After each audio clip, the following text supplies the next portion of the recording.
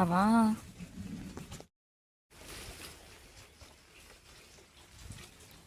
প্রচণ্ড জল হয়েছে বৃষ্টিতে, জল কাদা। সুপ্রভাত, শুভ সকাল বন্ধুরা। আশা করছি প্রত্যেকে ভালো আছেন, সুস্থ আছেন। আমিও ভালোই আছি। এখন বৃষ্টির মধ্যে যাচ্ছি দোকান, কিছু জিনিস আনতে হবে। আর বৃষ্টি পড়ছে, এখন ছাতা নিয়ে বেরিয়ে পড়লাম। এই সামনেই দোকানটাতে যাব। আজকে মঙ্গলবার, নিরামিষ, এজন্য যাব একটু দুধ আনতে। তো পুরো রাস্তায় জল জমে গেছে, এত বৃষ্টি হয়েছে সারা রাত্রি। এখনও পড়ছে বৃষ্টি, পুরো আকাশ মেঘাচ্ছন্ন, একদম পুরো মেঘলা করে আছে। আবার হয়তো বৃষ্টি নামবে। তো চলুন যাই দোকানে তাড়াতাড়ি করে।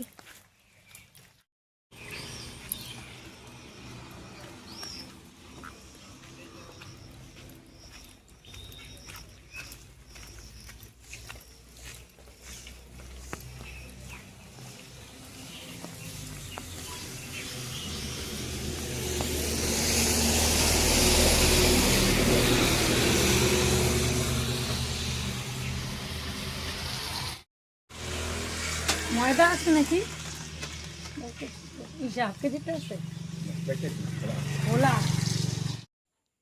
তো দোকানের খরচ নেওয়া হয়ে গেছে। এখন এই যে বাড়ির দিকে আসছি, ময়দা, দুধ, এগুলো নিয়ে আসলাম, কাঁচা লঙ্কা, অনেক কিছু এনেছি, টুকটাক জিনিস। আর কত অসুবিধা হচ্ছে, মানে এক হাতে মোবাইল, এদিকে ছাতা, এদিকে জিনিস, এইদিকে নিচে দেখুন কি অবস্থা। এখানে জল কাদা জমে আছে, কিভাবে যে আসছি না এভাবেই। তো যাই হোক, আমার দোকান থেকে আসার কিছুক্ষণ পরে কিন্তু বৃষ্টি নেমে যাবে। এখনও ঝিরিঝিরি বৃষ্টি পড়ছে। এইটুক সময় তাও কোনো রকম মানে দোকানে যেতে পেরেছি। তো এখন এই যে দোকান থেকে আসলাম, এবারে বসাবো রান্না। তো কাটাকাটিও হয়নি, কাটাকাটিও করতে হবে সব কিছু। তো এখন ওই যে আমার যা এসেছে, জায়ের সঙ্গে একটু গল্প করছিলাম। নিয়ে এলাম দুধ, আর এখন এই যে এটাকে ছানা করে ফেলবো। এটা দিয়ে আজকে বানাবো ছানার কোপ্তাকারি, এই জন্যই দুধটা নিয়ে এলাম। তো এখন এই যে দুধটাকে ছানা বানাচ্ছি, লেবুর রস দিয়ে দিচ্ছি। ক্যালসিয়াম ল্যাকটেট নেই দোকানে, এই জন্য এই যে লেবু ছিল ঘরে, লেবু দিয়েই এটাকে ফাটাতে হবে।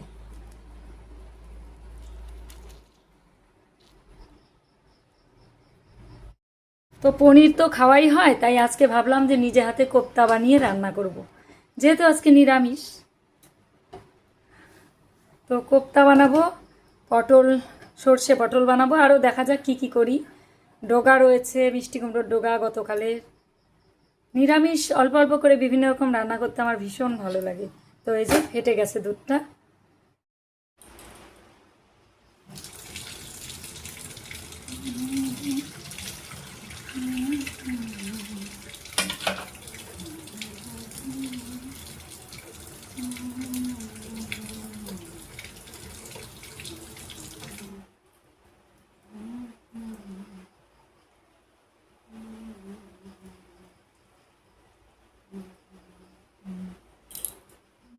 যে এই ছাঁকনিটার মধ্যে ছানাটাকে ছেঁকে নিলাম এইভাবে।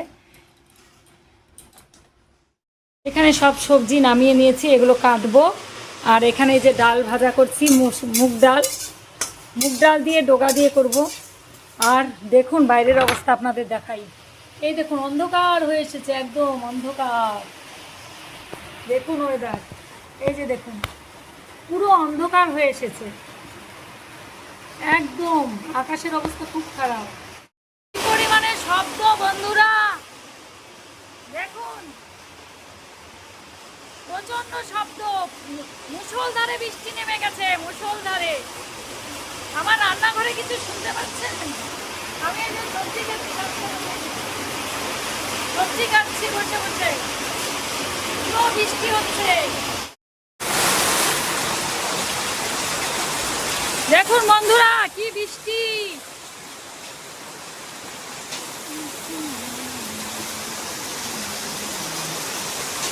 পুরো জল জমে গেছে দেখুন।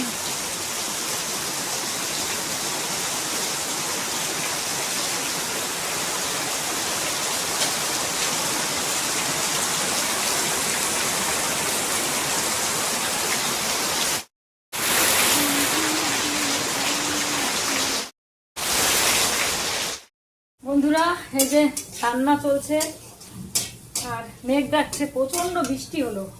তো এই যে হয়েই গেছে মিষ্টি কুমড়ো ভাজা। তো তাড়াহুড়ো করে রান্নাটা করছি, আপনাদের দাদা ভাই আবার যাবে, আর কেটে কেটে নিয়ে করছি তো একটু সময় লাগছে। এখন 10টা বাজে। তো ডাল হয়ে গেছে, ভাজা হয়ে গেছে, এখনো কোপ্তা হবে, পটল হবে। রান্নাটা শেষ করে আপনাদের সঙ্গে শেয়ার করব আমি কি কি রান্না করলাম।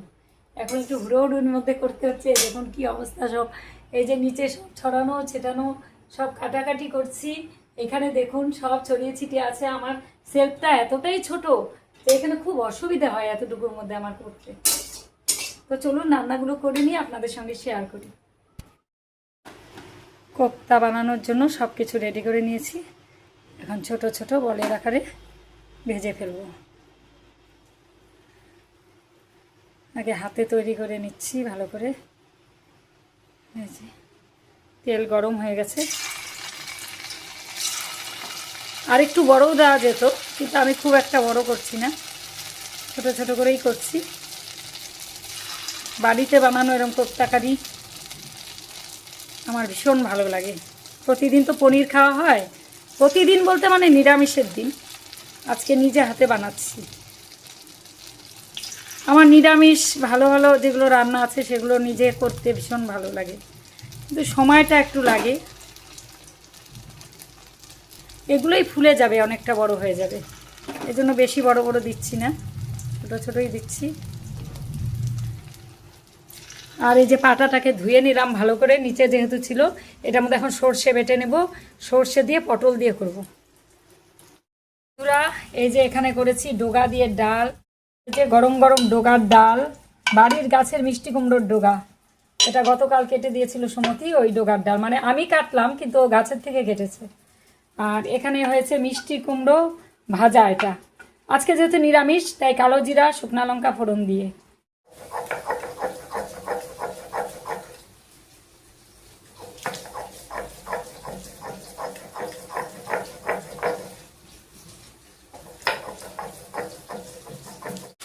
এখন এই যে কোপ্তা কারির মশলাটা কষিয়ে নিচ্ছি। আর এখানে একটু গরম জল বসিয়ে দিয়েছি, গরম জলটা দিব। আর নামানোর আগে কোপ্তাগুলো দিয়ে দেবো, তা না হলে আগে দিলে পরে কোপ্তাগুলো ছেড়ে ছেড়ে যেতে পারে। একদম নামানোর আগে কোপ্তাগুলো দিয়ে ঘি গরম মশলা দিয়ে নামিয়ে ফেলবো।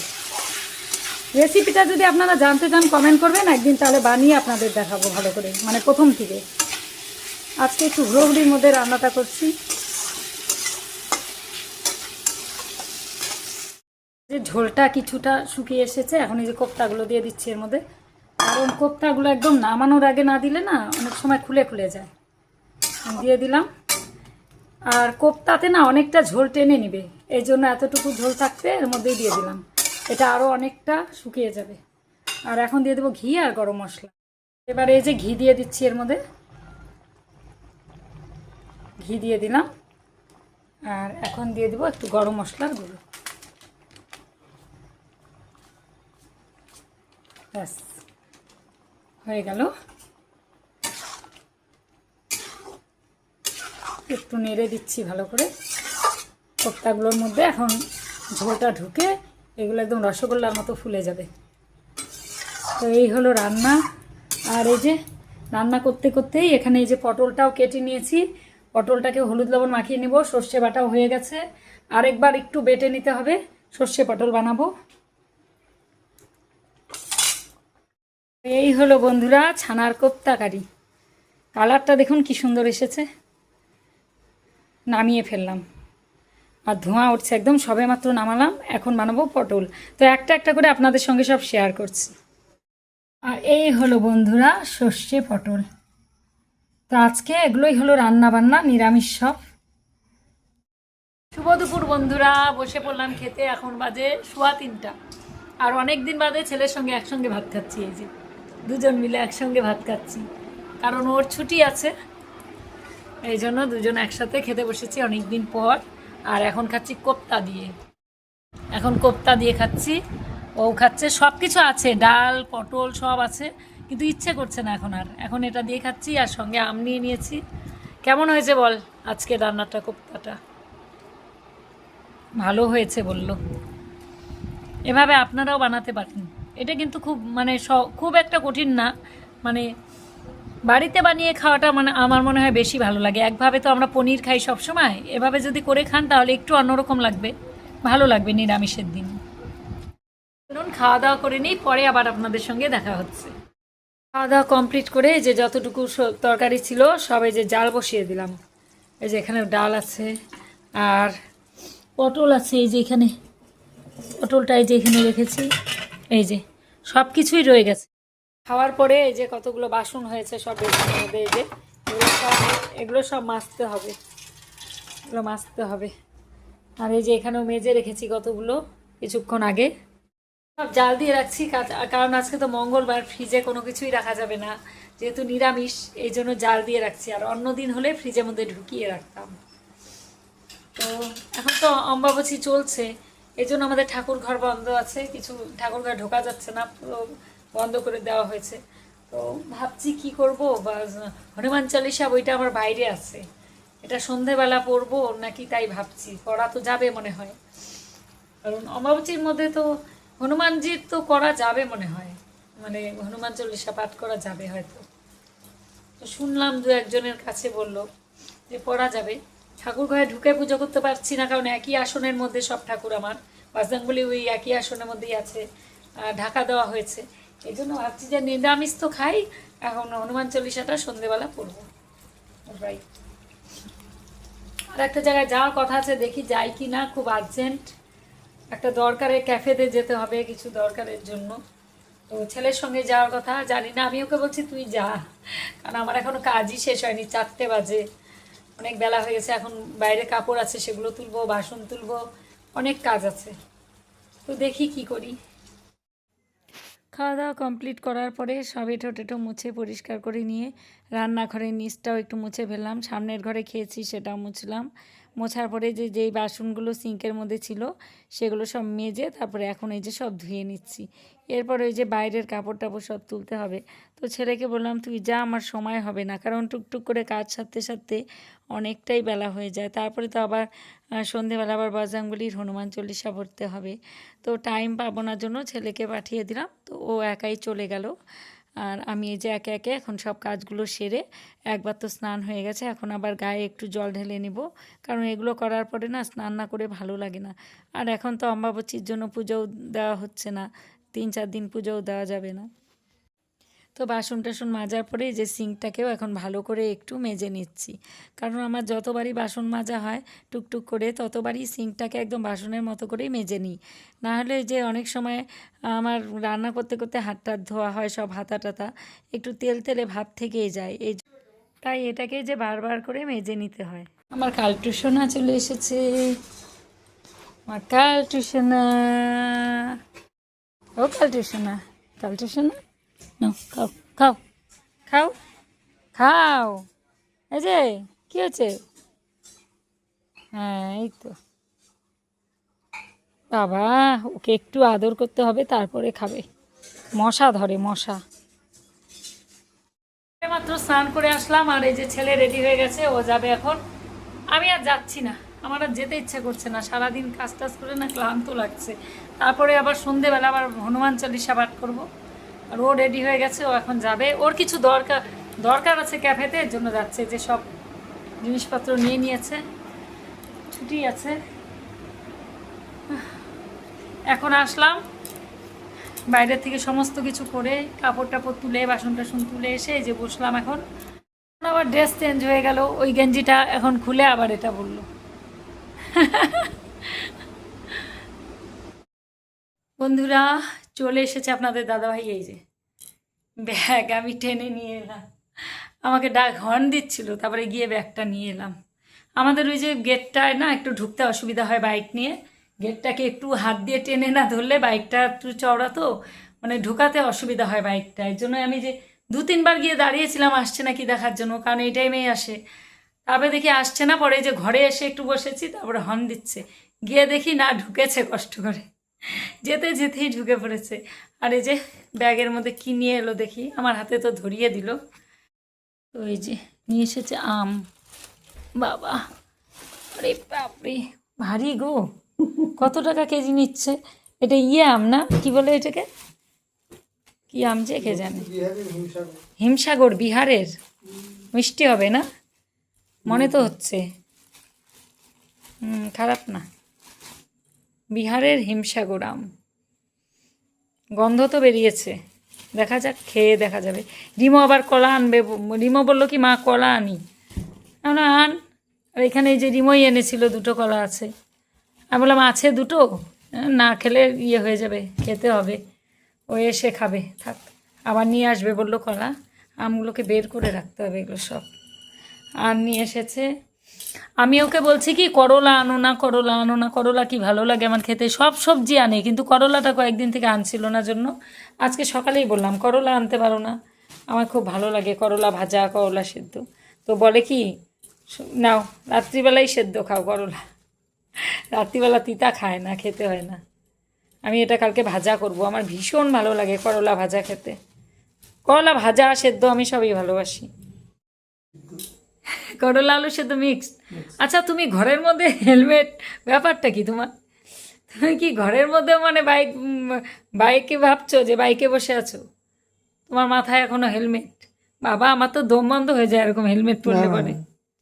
আমি তোমার মতো পারবো না এরকম হেলমেট পরে থাকতে, দম বন্ধ হয়ে যায় আমার। হেলমেট যতটা পারি হেলমেট পরি, কারণ আবার না বাইকের মধ্যে ঠিক আছে, কিন্তু এই যে ঘরের মধ্যে হেলমেট পরে ঘোরা, আবার কে বলবে তাকাচ্ছে, ঘরের মধ্যে হেলমেট পরে ঘুরছে, তাকাইলে তো মুশকিল। দেখুন কি অবস্থা এর। যাও খোলো, অভ্যাস হয়ে গেছে হেলমেট পরতে পরতে, সারাদিন বেশিরভাগ বাইকে থাকে তো এই জন্য। ছেলে আসার সময় নিয়ে এসেছে গুড নাইট। গুড নাইট নিয়ে একটার সঙ্গে একটা ফ্রি। এই যে আনালাম, এত মশা না রান্নাঘরে থাকা যায় না। কলা আনেনি, ভুলে গেছে, এত থাক, দুটো কলা আছে হয়ে যাবে। আম দিব ওকে এখন খেতে। আর নিয়ে এসেছে এই যে মাখানার প্যাকেট নিয়ে এসেছে, মাখানা এটা এনেছে। আমি ফোন করলাম ওকে যে বাটার আনার জন্য, ও ভুলে গেছে, এটা কালকে খাবে। আমি বললাম বাবা, ওরে বাপরে, উপর থেকে পড়েই যাচ্ছে, কি অবস্থা। এখানে থাক, থাক, পড়ে যাচ্ছে ধরতে গিয়ে, এখানেই থাক। কি বলে, এখন আর দোকানে রাত্রিবেলা যেতে ইচ্ছে করছে না। আর আমাদের সামনের দোকানটায় পাওয়া যায় না, অনেকটা দূর যেতে হয়, ওই দোকানটাতে সব পাওয়া যায়। তো এখন ওকে বললাম যে আম মুড়ি খা, কালকে ওকে ফোন করেছিলাম আমি বাটারের কথা বলার জন্য, ও তো ফোনটা ধরলো না। এই জন্যই দেখি নরম দেখে দেই, এগুলো থাকবে, অত বেশি নরম না, ঠিকই আছে। বেশি নরম আনলে আবার থাকে না, বেশি নরম আনলে না তাড়াতাড়ি একদম ইয়ে হয়ে যায়, খাওয়া যায় না। তো এখন একটা আম দিয়ে ওকে মুড়ি দিয়ে বললাম আম মুড়ি খা। বাবা সাইজও তো আমের, সাইজ কি এক একটা এত বড় বড় বাবা। আগেরগুলো তো ছোট ছোট ছিল, এত বড় ছিল না, এগুলো দেখি বিশাল বিশাল, এক একটা আম অনেক বড় বড় সাইজ, বাপরে বাপ। তো এখন ওকে খেতে দিয়ে দিব। তো আজকে ভিডিওটা এখানেই শেষ করছি, আবার দেখা হচ্ছে একটা নতুন ব্লগের সঙ্গে। সবাই ভালো থাকবেন, সুস্থ থাকবেন। আর আমার ভিডিওগুলো আপনাদের যদি ভালো লাগে চ্যানেলটিকে সাবস্ক্রাইব করে পাশে থাকবেন। আর আমার ভিডিওগুলো একটু বন্ধুবান্ধবের মধ্যে শেয়ার করে দেবেন। আপনাদের অসংখ্য ধন্যবাদ জানাই আমার সাথে থাকার জন্য, পাশে থাকার জন্য। আমার এই সাধারণ ভিডিওগুলো যে আপনাদের এত ভালো লাগছে, তার জন্য আপনাদের অনেক অনেক ধন্যবাদ। কারণ আমি একটা সাধারণ ঘরের গৃহবধূ, গ্রামে থাকি। আমি যেরকম মানে যেইভাবে চলি সেইভাবেই আমি ভিডিও করি। আমি কিন্তু অন্য কিছু মানে অন্য কোনো রকমভাবে ভিডিও করতে পারি না। আমি যেইভাবে আমার সাধারণ জীবনযাপন করি সেগুলোই আপনাদের মাঝে তুলে ধরি। সারাদিনের আমার কাজকর্ম সেগুলোকেই আপনাদের দেখাই। আর আপনারা যে আমার কাজকর্মগুলো এত ভালোবাসছেন, এই জন্য আপনাদের অনেক ধন্যবাদ। আর আপনাদের আমার পাশে থাকার জন্য, আমাকে এত সাপোর্ট আর ভালোবাসা দেওয়ার জন্য অনেক ধন্যবাদ জানাই আপনাদেরকে। এভাবেই আমার পাশে থেকে আমাকে একটু সাপোর্ট করবেন। তো আজকের মতো টাটা, গুড নাইট, সবাই ভালো থাকবেন, টাটা। খুব তাড়াতাড়ি ফিরে আসছি আবার নতুন ব্লগে, টাটা।